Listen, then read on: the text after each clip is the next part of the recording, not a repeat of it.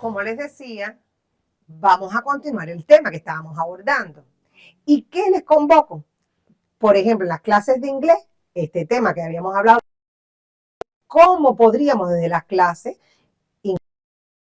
Aquí vemos acá o a Juana, una niña, y ella puede decir, yo juego a las bolas, porque no es solamente las bolas para los varones. O yo juego a la pelota, o yo juego al fútbol, que si la maestra o el maestro o el docente tiene que estar preparado para saber que no va a recriminar, o si hay algún estudiante que recrimina, decirle, los juegos y los juguetes pueden ser para ambos. Como decir, tiene que haber una postura activa ante el criterio del propio niño o niña o del estudiante y de incluso del grupo, del colectivo como está. Y lo mismo ocurre con los varones, que es decir, los varones también nos pueden proponer esos juegos y no nos asombramos.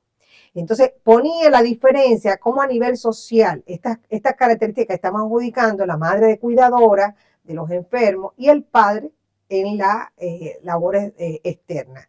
Es decir, hasta en los textos, en las imágenes que vemos, es a veces difícil encontrar que un hombre esté haciendo esta función. Es como decir, bueno, porque eso es maternal, eso le corresponde a las mujeres.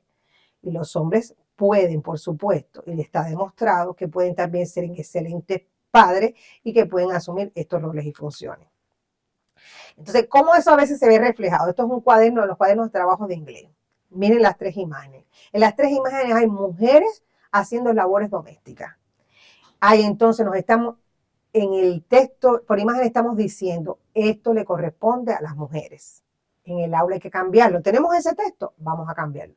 ¿Cómo podríamos decir esa misma oración, pero que en vez de estar mamá, estuviera papá? Estuviera limpiando, fregando, lavando.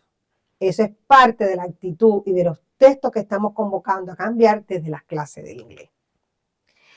Esta imagen que vemos ahí reflejada también, fíjense, describimos, es una de las lecciones en inglés, describir las partes de la casa. El living room, la sala, padre leyendo el periódico, madre en la cocina, niño estudiando y el otro bebé, bueno, en la cuna. Entonces, podríamos transformar esa imagen en oraciones en las cuales el niño diga que en la cocina estamos colaborando todos. Uno está pelando la papa, otro está cogiendo el arroz, otro está haciendo, no sé, una ensalada. Es decir, estamos colaborando toda la familia en esa función y en ese lugar. Es decir, la cocina no es solo para mamá, no es solo para tío, no es solo para abuela. Igual que papá no es el único que lee periódico o que lee un libro o que ve una televisión. Es decir, las madres también tienen derecho a tener su tiempo libre, a hacer con ese tiempo las actividades que deseen hacer. Y las niñas y niños o jóvenes y adolescentes se deben incorporar en esa colaboración también de las funciones domésticas. Aquí abordo un tema que es también muy importante, familias diversas. Nuestro código de familia ya está hablando de familias en plural. Hay familias que van más allá de la familia nuclear que hemos reconocido históricamente. Es decir, la familia nuclear es mamá, papá y, bueno, los hijos, hijas o hijas. Están las familias monoparentales. Es ¿cómo decir? Es un ejemplo que les pongo, porque hay varias diversidades de familias. Hay un texto que un folleto que lanzamos, en la cual hay explicaciones de tipos de familias, de cómo lo podríamos abordar en las clases de inglés, que hay desde las familias nucleares, monoparentales, homoparentales, familias ensambladas, familias también, incluso con personas que ni siquiera tienen lazos de consanguinidad.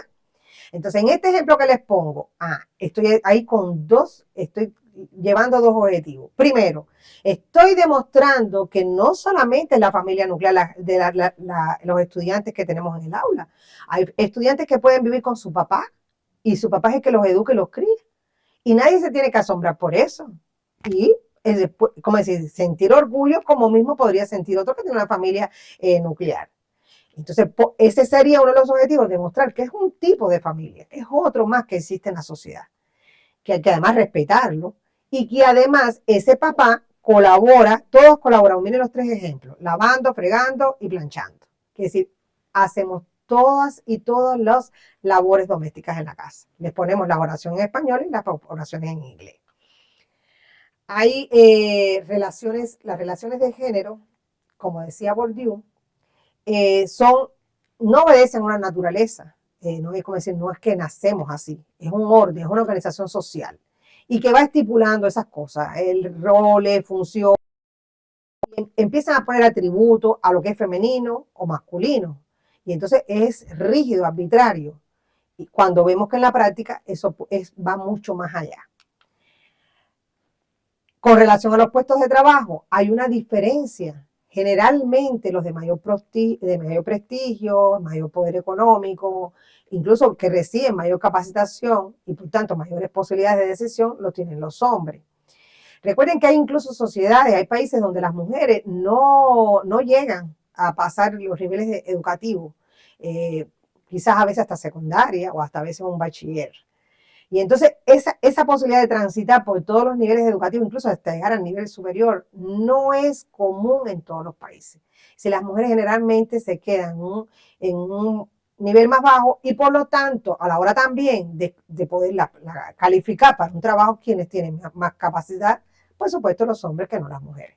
Y por eso muchas veces vemos en puestos que de alguna manera son similares a lo que decíamos, que si hay mujeres vendedoras, mujeres lavadoras, mujeres que están bueno, puede estar incluso en una fábrica, una industria, pero no en posiciones de decisión. Bueno, se habla en la literatura incluso de los techos de cristal, que si las mujeres tenemos como un límite, un tope. ¿Por qué? Porque generalmente o no están capacitadas, por esto que estaba diciendo, que pues no pasan por todos los niveles educativos, o porque desde lo que deben decidir si puede o no puede estar en ese puesto de trabajo, se va a complicar, va a tener que cuidar a sus hijos, va a tener, o hijas, o a los ancianos. Entonces, no, eso no es bueno que esté una mujer. Y entonces, por supuesto, van limitando esas posibilidades. Aquí les pongo entonces un ejemplo de cómo esas profesiones o oficios podemos cambiarlo desde el aula. No sé, yo soy Katia, les pongo 3 ejemplos, les pongo 4 ejemplos en los cuales son oficios y profesiones que generalmente se adjudican a los hombres. Es decir, yo quiero ser plomera, yo quiero ser albañil, yo quiero ser capitana de barco. Generalmente la gente dice, no, pero es que esos son puestos para hombres, porque hay que tener fuerza. Bueno, si hay fuerza, hay que cargar un cemento, mujeres. Pero hay mujeres que han demostrado que son excelentes plomeras, que son carpinteras. Quiere decir que no tiene que ver con el sexo de la persona. Tiene que ver con las capacidades, las destrezas que han desarrollado. Y eso hay que cambiarlo de la clase de inglés. Es decir, yo puedo decir, yo quiero ser maestra, yo quiero ser capitana. Y importante, en inglés, los géneros, no es como, por ejemplo, decimos capitana de barco y el capitán. En inglés no. El género ese no existe. Pero quizás desde la propia oración que elaboro, no la pongo. No pongo que una mujer es plumera o que una mujer es carpintera. Entonces estoy en lo subliminal dejando ver que esa profesión o oficio es para los hombres. Y aquí les pongo lo contrario, cuando digo contrario, es decir, otros ejemplos en el cual Alberto entonces va a ser bailarín de ballet clásico, va a ser pintor manicure, que es decir, hay otras profesiones o oficios que socialmente se han adjudicado a las mujeres y que sin embargo nosotros de las clases podemos demostrar que hay otras variantes y que son admitidas en la sociedad. Y que qué bueno, hay libertad para ello. Vamos a terminar este segundo momento y continuamos en el próximo.